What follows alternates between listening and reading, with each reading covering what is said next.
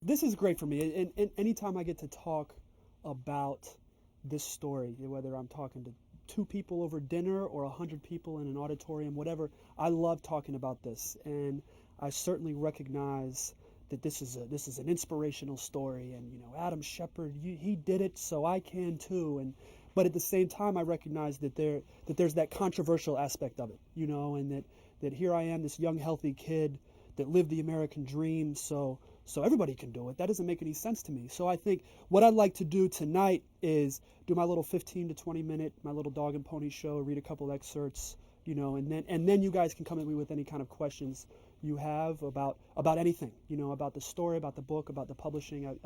I've had a lot of fun with this, and to work with a guy like Jonathan, I mean, I love working with the independent bookstore owners. I love it, because some of them are just warm and are happy to have me come in, and some of them aren't. And so, to have Jonathan to give me the opportunity to come to Blue Bicycle is a great opportunity for me.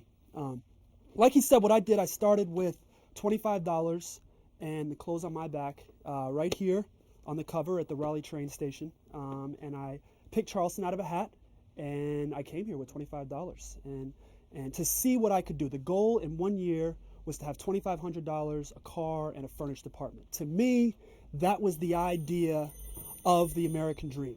That was what I thought the American dream was. If I can do that, then I'll be living the American dream.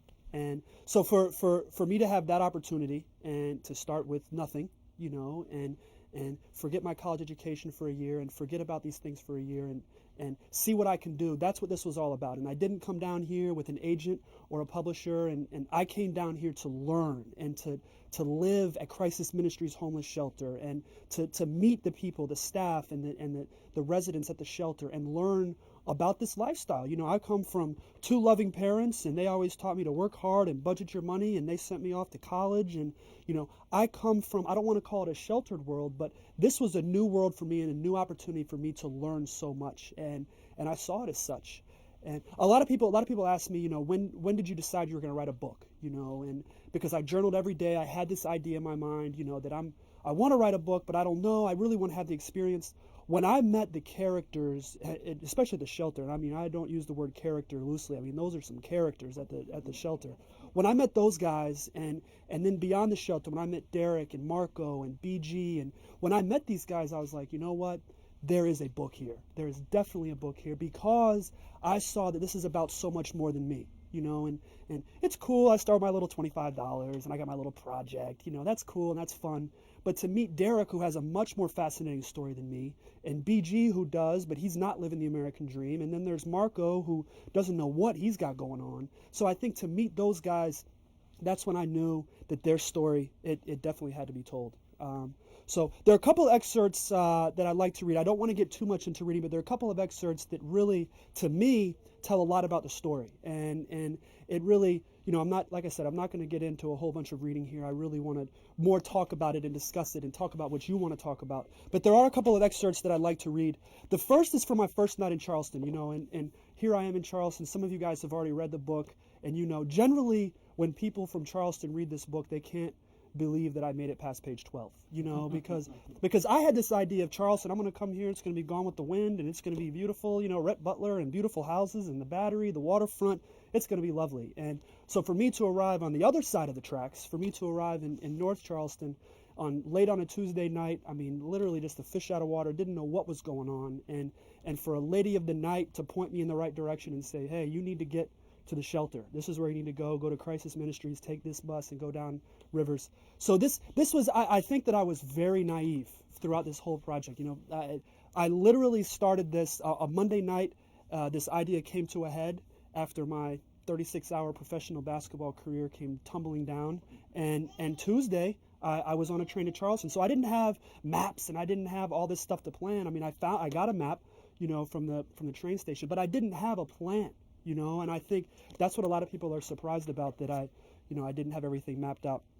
So the first excerpt I'm going to read is from my first night in Charleston. I get off the train, and now here I was, alone in Charleston at the corner of Rivers and Durant, wondering if it'd be wiser for me to go left or right, or if pitching camp under the overpass for the night would be my best option.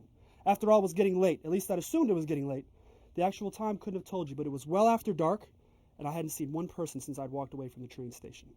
A big body black Oldsmobile with tinted windows glided by with a suspiciously high regard for the speed limit. The tattered map of Charleston I'd found on a vacant seat at the train station was going to prove to be useful. With it, I could more or less find my way on my own, but without it, I would be left to rely on the advice of strangers for guidance. My first order of business was to find a comfortable place to sleep. Shoot, it didn't even have to be a comfortable place, just a place, a relatively safe place. As far as I could tell from the assortment of landmarks dispersed throughout the peninsula on the map, the action was happening south of my current location. Perhaps I was being naive in what could have been a crucial mistake, but I figured that the excitement and opportunity of my new homeland were correlated. With excitement came opportunity, and I was looking for opportunity. Left it was. So I think you can see that here I am. I don't know where I'm going, what I'm doing. And like I said, there was a lady of the night that approached me and said, hey, you need to get the heck out of here and get down to the shelter. And I think that's what's so important about this, though, is that not that I didn't have a plan. I mean, I knew once I had a job, I knew how to budget my money, and I knew kind of how to get where I was going, but I didn't have an idea of where to go get a job or where to go get food stamps or where to sleep, and I just kind of reacted to the situation as it happened and as it came to me. The main reason I bring that up is because I saw that from a lot of guys, a lot of guys that I met at the shelter and a lot of guys that I met beyond. They had a plan, they knew where they wanted to get, but they didn't know exactly how they were going to get there, and they just reacted. That's what this is about. It's about reacting to situations, and so that I think that's the part of the story that really gets it going. And then I go down to Crisis Ministries, and that's where I stay for 70 days. And this was never supposed to be a book about homelessness. It was never supposed to be, oh, well, I'm homeless now and I'm going to make it. It was never, I used the shelter as a tool to work my way up. But it was never supposed to be, I never imagined I would write as much as I did about the shelter. But I was so impressed. I mean, I imagined I would walk into the shelter and I would meet a bunch of old, fat, bearded dudes with whiskey on their breath. And I mean, that's the picture of homelessness that I had. And I think to go in to Crisis Ministries, and I certainly met plenty of old, fat, bearded dudes with whiskey on their breath.